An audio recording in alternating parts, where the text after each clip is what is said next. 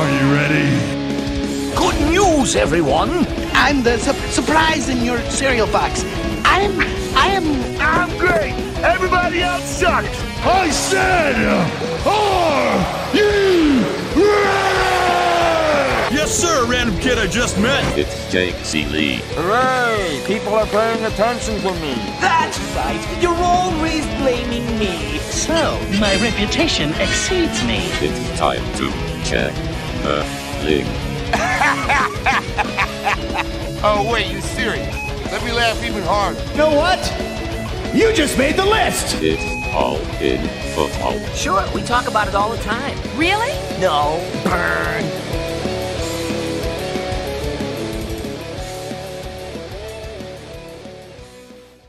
What is up, you ducks? It is a special on football. The day after the first round of the NFL draft.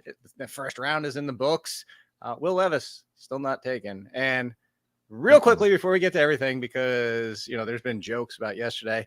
I wish nothing on a kid like him to be sitting there through the entire. By the way, this is all in football. Chris Meaney. If you saw the show last night, we did some stuff together. Of course, no trades, no wide receivers until I finally left the show. And then 5 minutes later, wide receiver. Like 4 straight wide receivers. Of course. But we're going to talk about all of the NFL draft first round, and then we'll be back on Monday. Full hour show to talk about the entire draft, because, of course, some things still might change and still values. Maybe DeAndre Swift gets traded, and we aren't crying all weekend if you held on to DeAndre Swift in Dynasty or Keeper. But anyway, real quick, I just want to get that out of the way. Like, I said this to my wife, which I can say now. I said this to my buddy who I was watching the show with. Legitimately, I never liked Levis. People know this, but I don't wish that on anybody. Sit there through the entire first round watching, and now he's back there for day 2. It looked like he was actually having an okay time. It looked like an episode of The Bachelor. He had like 7 until women about hanging out with him. Yeah, until like the 27th, 28th pick, when like I did feel for him for sure. You feel for these guys. It's a huge moment for them, and you know he wanted to really showcase what he could do. And you know, some people, yourself, myself, others had some. We have some doubts about him, like his accuracy and his arm strength is definitely on point. But when he had that pro day 2 days ago at Kentucky, he was really focusing on some of the throws that people said he couldn't make. So he's clearly, you know, trying to, you know, and now there's the tell the doubters. Now there's a toe issue. Like that's like he's trying to doubters like, listen, I can do this, I can do that. But and once you like, I felt once it was past the Titans at 12, I just didn't know. According to reports, there were some teams that traded that called to try to make some trades with like the Eagles and KC and Buffalo, like at the end of the first, to try to get him. But yeah, I do feel bad for a guy. I mean, I'm sure it wasn't a great feeling, but at the same time, these things happen. Now he's got a chip on his shoulder. You know, he's going to say all those things. He's going to try to prove his doubters wrong. So you'll go early. Brady Quinn now, though. So I was going to say that we will talk about it on Monday, because he will go at some point. I think a lot of people assume he might even be right now in the second round as of today. But by the way, has there been any more, like, remember the odds on Levis being top 4 when it was like minus 525? What's the line on Joey Porter Jr. being the first pick in the second round to this? It's got to be like minus 20,000 or something like that. Yeah, I'm glad you brought that up. Before we wrapped up the show yesterday here on FTN Network, Randall did say that. He's like, okay, guys, like I will take Pittsburgh taking him with the first pick here in the second. I didn't buy into them and the narrative in the first round, but I will in the second. I haven't taken a look at any odds this morning, but I think that's a pretty good bet that he's going to go early. I'd say the Steelers. I mean, they got to take him. The very first pick of the second round. All right, so we got Detroit with the 3rd pick. We got Seattle again at 6, maybe the Raiders at 7. Like, I'm putting this out there. Maybe Tennessee goes back. I actually feel really good about the Tennessee sitting there. Malik Willis, like, give him a legitimate chance. You know how I feel about that. Similar to Justin Fields, like, give him a chance. Give him a team that's designed for him. But all that being said, is there anywhere here in the second round that can make you feel better about Levis at this point? Like, maybe you feel like, okay, maybe, and fantasy specifically only, like maybe he could be a Ryan Tannehill. Yeah, I don't know if there's actually a landing spot where I feel great about him this year from a redraft standpoint. I think potentially Tampa, Atlanta, it's possible. I was actually surprised. I left the show right before that with you, and I thought Tampa would do it. Like Kyle Trask, but that tells you what some teams think about Levis. And unfortunately, this all happened. Exactly. Like, it's not on him to be there sitting there in the first round. And like, this was the media and draft, quotes and like all this, like, oh, he's a first round of top 5 talent, projectable. Like, that had nothing to do with NFL teams, what they legitimately thought. So that's why I also feel bad for him. Yeah, clearly these teams had some issues with him. I mean, I know the comparison is Josh Allen because he's built like a tank and he can throw the football. You know what my deep down comparison the was? field, but what was it? Taylor Heineke. That was my comparison. Yeah. I said for fantasy Taylor. and He's your boy. for fantasy, he could be Ryan Tannehill. All right, so let's talk about the quarterbacks a decent quarterback that did, and we could be talking about for 2023 because we knew it was Bryce Young. So we already went through the Bryce Young on last show. If you want to go look at that, we don't need to rehash because we knew Bryce Young was going. But CJ Stroud, who I was like, it just makes no sense. I sat there and talked about it on the show. We ended the show joking about Will Levis and saying that, watch, the obvious play here is to just take CJ Stroud and don't mess this up, and they're going to take Will Levis. Yeah. And then there was that report shortly after that, like, oh, they're taking Will Levis at number 2. But it's Stroud with the Texans, and that's why I said to be determined. They might address the wide receiver position today in day 2. They might do it over the weekend some more. It's not a terrible wide receiver room, but it's definitely bottom 10, probably bottom 5 as of right now, especially since they traded away Brandon Cooks. But CJ Stroud for 2023, I already told you on your show what I feel about him. So you tell me on my show what you feel about CJ Stroud for fantasy purposes. I mean, I like him. He's my favorite quarterback, honestly. Over Young, all the QBs. over Richardson. Wait. Yeah. Favorite quarterback period or favorite quarterback for 2023? I think he's my favorite quarterback. Actually, you know what? I may like Young as of right now because of what you said. I'm sure the Texans are going to draft a guy this weekend. They have to, as you mentioned. Like Nico Collins is. Who else is on this roster at the moment? Mechie. And it's good that Mechie. It sounds like he's going to be ready to go at the start of the season. So that's an amazing story. I'm rooting for him for sure. Who dealt with leukemia last year, but a lot of weapons for Bryce Young. So I probably lean him as having the best fantasy season this year in redraft. But I like Stroud as a player. I think he's got a high ceiling. I think he makes a lot of really good decisions. And I think it was a good call by the Texans getting him. Overall, I mean, from a dynasty standpoint, I don't want to jump around, but it's clearly Richardson and what he offers. Yeah. But I don't think I don't have him penciled in to start every single game this year. I think he's fairly raw, and I don't think that the Colts are just going to throw him out. I think he's probably living in the 12 to 14 range. Yeah, not only that, he's experienced. Clearly, he understands the system with Steichen last year in Philadelphia, so he could go out and start the first couple games. I don't think there's any rush to roll out Anthony Richardson week 1. I'd throw him to the Wolves. I just don't feel like that's necessary. So I think from a redraft standpoint, it's probably Young. Yeah, I think it'll be an open competition. And then if he by one, great. If he doesn't, like top of the world. I don't think this is one of those scenarios where normally you say top 5 pick quarterback, you're guaranteed to start. But there's nobody out there, I think even Colts fans, that don't believe there isn't some concern with Richardson's development as a pure passer. Like, right. Ability is off the charts, but whether or not the accuracy is there, decision making is there. Footwork I joked on your show. Yeah, I joked on your show that like everybody likes to make that crutch argument with scrambling or actually said rushing quarterbacks, and they're like, oh, well, the decision making stinks. Like, no, like legitimately, this with Anthony Richardson, we've seen it, and the wide receivers weren't the best, but there were some in college. But I'm with you. This is one of those scenarios where everybody knew that, so taking him at 4 isn't saying like, oh, we got to start him week 1. Like he's got to be out there week 1. Yeah, I know. I'm seeing some people say when you spend that kind of capital and, you have a guy like Minshew, how is he not starting week 1? Again, he's fairly raw. He has like half the games played compared to the other quarterbacks here. And what's the rush? Here, let's go back to the Tennessee Titans. Let's say Malik Willis and Desmond Ridder don't fall as far as they did last year. Like if Malik Willis ended the first round last year with Tannehill in front of him, nobody would have been like, oh, well, you spend that first round draft capital, you got to start Malik Willis. Like you have Ryan Tannehill. Gardner Minshew makes plenty of mistakes, but he's a serviceable NFL quarterback. He's a winning when he's got a team around. Like he's not going to win, but I mean, he's won at times, but he could win a few games for the Colts to start the season, and that could plenty. Absolutely, he has. He's made some bonehead decisions, of course, but he's good enough to win a couple games for the Colts, and it would delay the. You know what I was about to do? The debut of Richardson. I don't know. I'm looking at their 2023 schedule. The schedule? We don't have the 2000. You have the opponents. It's like I forgot. We've got to do the whole celebratory 8-day release schedule on ESPN to figure out like when. But it should be a soft schedule, from where they finished last year. And the division is still not fantastic, although it's improved with just the first round. And I'd like really what the Texans what they did. Getting a franchise quarterback in Will Anderson as well for 2023. I think we both agree. I'd go Young, Stroud, Richardson. Still highest ceiling Richardson. Like if Richardson starts week 1, I would put Richardson number 1 because we're talking fantasy. Like Me too. 14 touchdowns and 12 interceptions. I don't care because you know who did that and finished as a fringe QB1? Daniel Jones, just about. Like not exactly. Like it was a little bit higher on the touch, but like the interceptions were lower. But point being is with Justin Fields rushing upside, I don't care.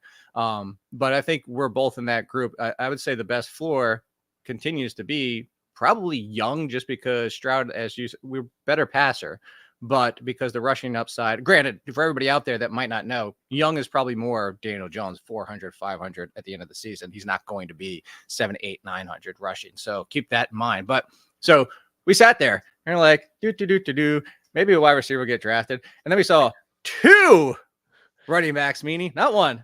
They're like Bijan Robinson could be top 10. Like I didn't mock him to the Falcons. I'm like, come on. Like the NFL's pulled this whole like value replacement, which I saw somebody talking about it. I forget who it was on Twitter. It was like, can we fix the rookie scale so like it's almost like an even salary across all positions versus like basically getting to the point of like getting rid of players getting pushed down boards because of value need, like at, for longevity. But anyway, Bijan Robinson destroys our Tyler Algier fund because it's not even like the Denver Broncos with Javonte Williams or, any of these other rookies. He's going to Arthur Smith. He's going to, I want a bell cow. I'm going to give you bell cow touches. My buddy's also sitting here during the draft and going like, I was just about to ask you where you have Bijan Robinson. And I already saw your way too early rankings 4, at running back. I was like, you know what? I think you could even make an argument for 3, like just because of the volume, the talent, of course. And we know the Falcons are probably going to be questionable in offense. But this is going to be a run first offense though. Bijan Robinson, 350 touches, give them to him. Oh yeah. No, I agree. I mean, I'm not going to fight you on any of that. I think I got him penciled in as like RB3, like after CMC, and you can make the case for Taylor, Eckler, whatever you want to do, or Bijan Robinson. Think about the season that our boy Tyler Algier had. Like, and there's no real comparison between the two guys. But Tyler Algier down the stretch of the season, what did he have? 1,000 yards? He had 7 100-yard games.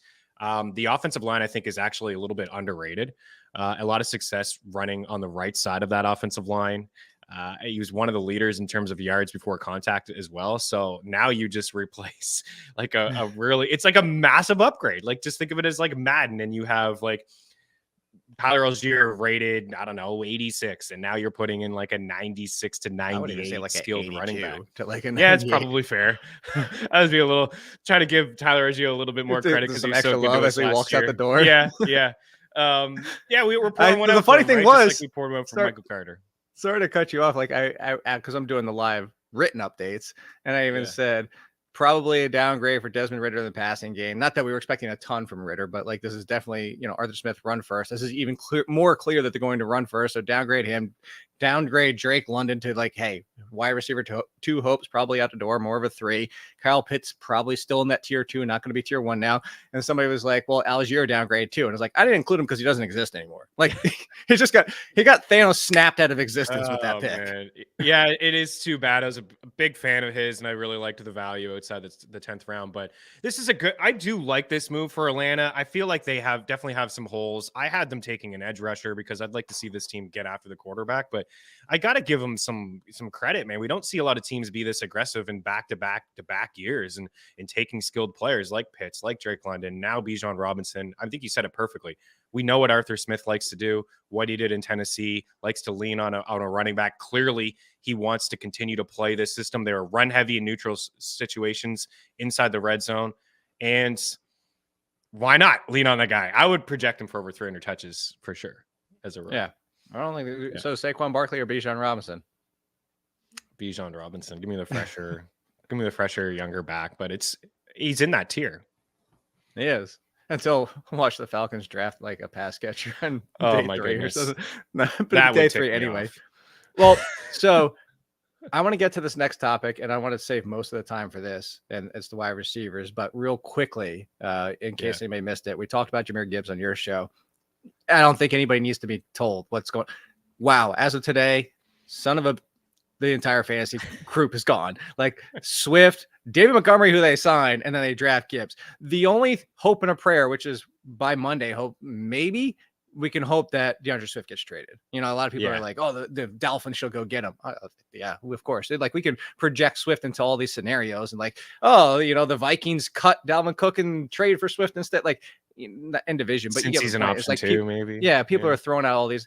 We hope that happens because as of today, this is what we're going off of. So we're going to move right on from it because as of today, there's not much more to say besides it's going to be a frustrating backfield. My feeling, what I said on your show, is that David Montgomery probably ends up the most valuable as of if it stays like this, just because of the touchdowns. You're splitting it three ways and then God go to the touchdowns. So you agree with that? I agree. Yeah. I'm going to go to wide receivers. I have an article dropping next week after the draft is over. When I went back and I investigated and I looked at the past 15 years of wide receivers specifically drafted first round, not second or third round, first round wide receivers.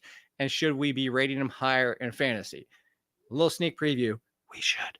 But this is perfect. No, this is perfect. This draft could not have gone more perfect for that argument of that article.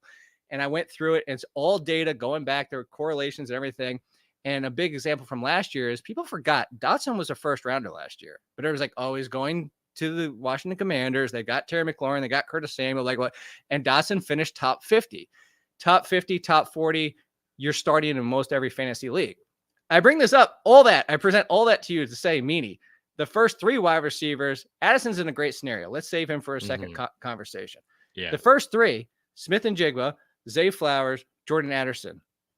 Crowded. Also, you've got Zay Flowers on a lower volume passing game, could be highly efficient, or Quentin Johnston. I said Addison instead of Quentin Johnston, but Quentin Johnston's behind Mike Williams and Keenan Allen, Smith and Jigba behind DK Metcalf and Tyler Lockett. And we know that wide receiver threes generally don't produce even on the highest volume offenses. And then again, I go back to Zay Flowers, who essentially is the three, because whether it's Odell Beckham or Rashad Bateman, you're behind Mark Andrews.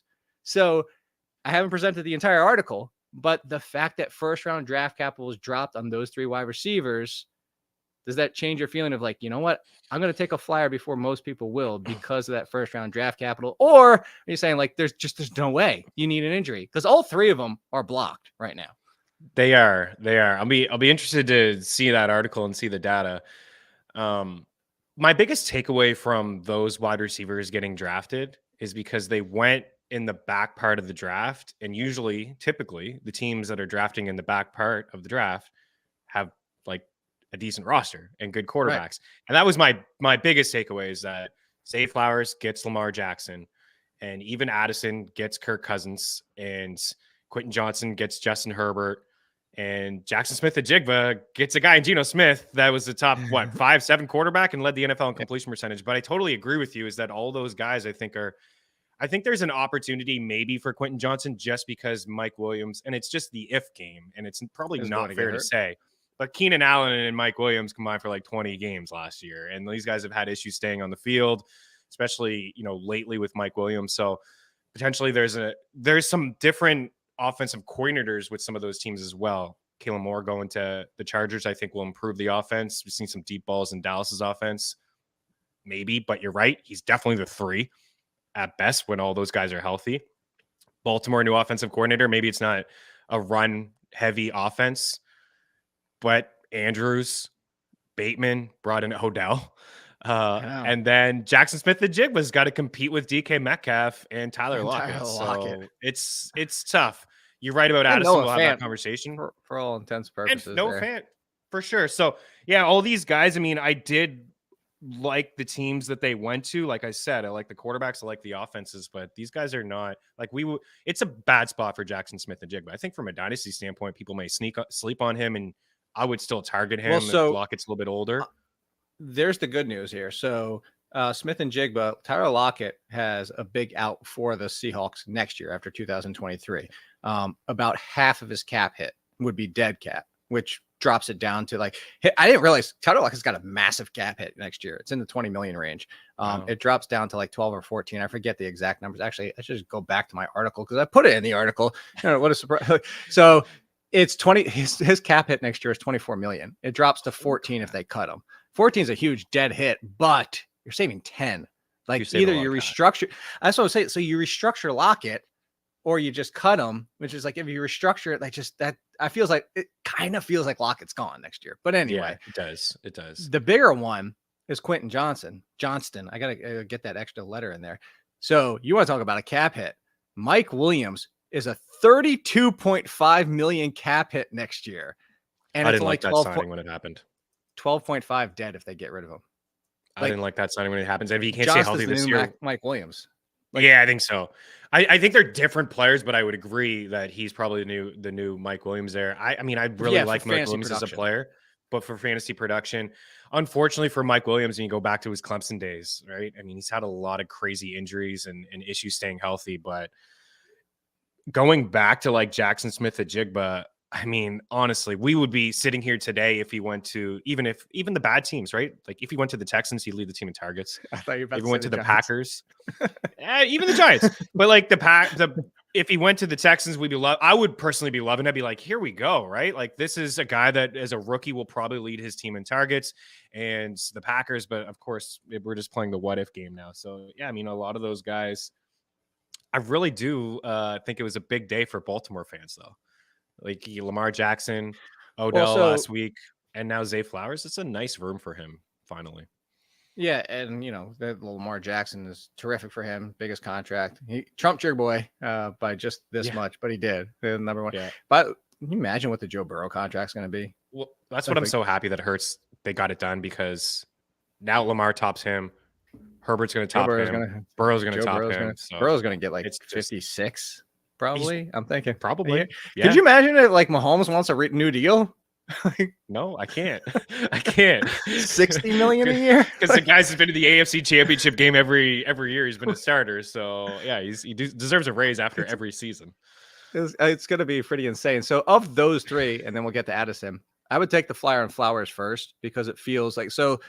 The reason I brought up Dotson too is Dotson got past Samuel, even though Samuel was playing well. Let's not forget, fantasy person, people were going nuts for Samuel at the beginning of last year.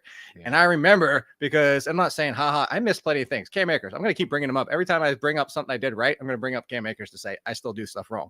But I kept saying, Dotson, hold on, stash, buy low. And people are like, you're nuts, Curtis Samuel.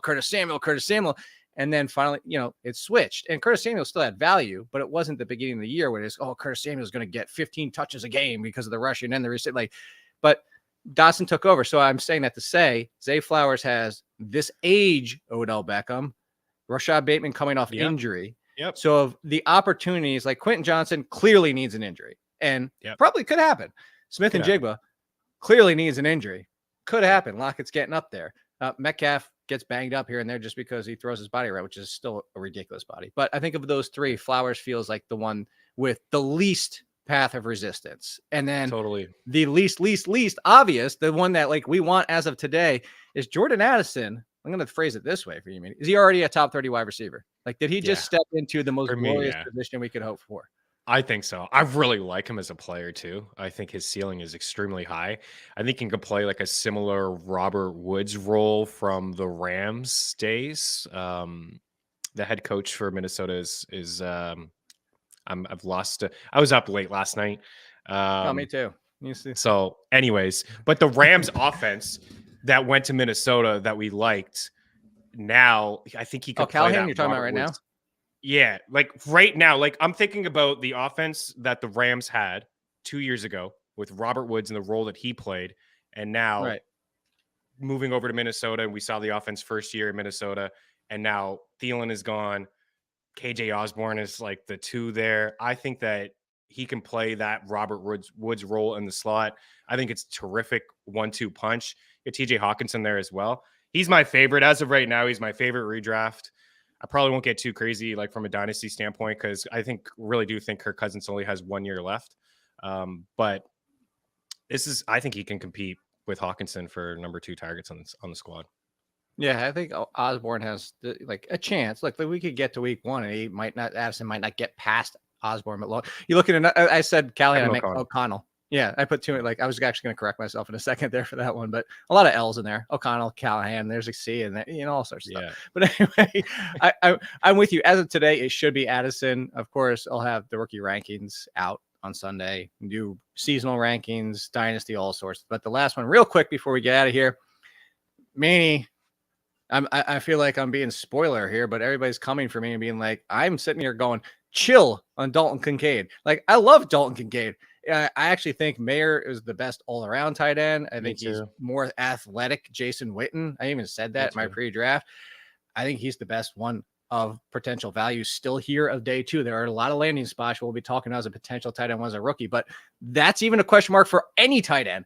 Kyle Pitts, like we saw what happened, like one of the anomalies of being a tight end rookie that had top 10 value. And people are like, oh, Kincaid with the Bills and all. 65% of the time they ran 11 set. That was 7th highest in the league. Yes, they can run more 12. Yes, they could use Kincaid out wide and split, but he's still a tight end. He's still a tight end. He's still a tight end. Meaning, like, what am I missing that people are telling me I'm stupid to not have him as a top 10 tight end already? That's crazy talk. Come on. We can't be drafting him as a top 10 tight end. I like the fit. You're right. They run a lot of 3 wide, 11 personnel. There's been some talk in Buffalo over the past year. They've liked to run more 12. Just the way that defenses play them. And I'm sure he's going to be like their quote unquote slot wide receiver. Like he can find some, soft coverage in the middle of the field. And it's a great weapon for Josh Allen. But yeah, let's relax, right? Let's not get too carried away on a rookie tight end. There's still Knox is on the squad right now. So just got a big deal. And he did. I know. Crazy. And his dead money is prohibitive until after 2024. So of course he could take over 2024. But anyway, point being, hey, look at Trey McBride behind Zach Ertz. That didn't happen yet. And it takes time, especially for these tight ends. You know what? I'll go all the way back to. Speaking of Zach Ertz, it took time for Dallas Goedert to get. I was just going to say that Dallas Goedert was an early with Zach Ertz. Yeah. And Dallas Goedert's a great talent. And we're like, I think Dallas Goedert is what you could hope for Kincaid to be. And and what did it take? It took Goedert some time. Like, relax a little bit. Anyway. It took a trade. It literally took a trade. Yeah, that's true. They had to move Zach Ertz out of town. So, it may just take Dawson Knox being out of town as well. Yeah, it definitely could. But make sure you check out Meaney tonight. Are you starting live with the draft, or are you going to check in a little bit? Yeah, I'm going to start live with the crew. We'll be with you guys through the entire night as well. So, yeah, FTN Network. I'll be there for the first hour or so, and then I may pop out for a little bit. And if things get crazy and we see a running back run, I'll jump back in. Swift gets traded, maybe, hopefully. Cross your fingers. At FTN, code all in, get you 20% off. We'll be back Monday for the full hour draft recap show. And get excited. Enjoy it. Your team has hope again. And your fantasy team has hope again. Unless you had Swift and everybody else that got blocked. Algier. Oh, I know. Swift, Algier. Who else can we say? Anyway, we'll be back. See you later. Goodbye.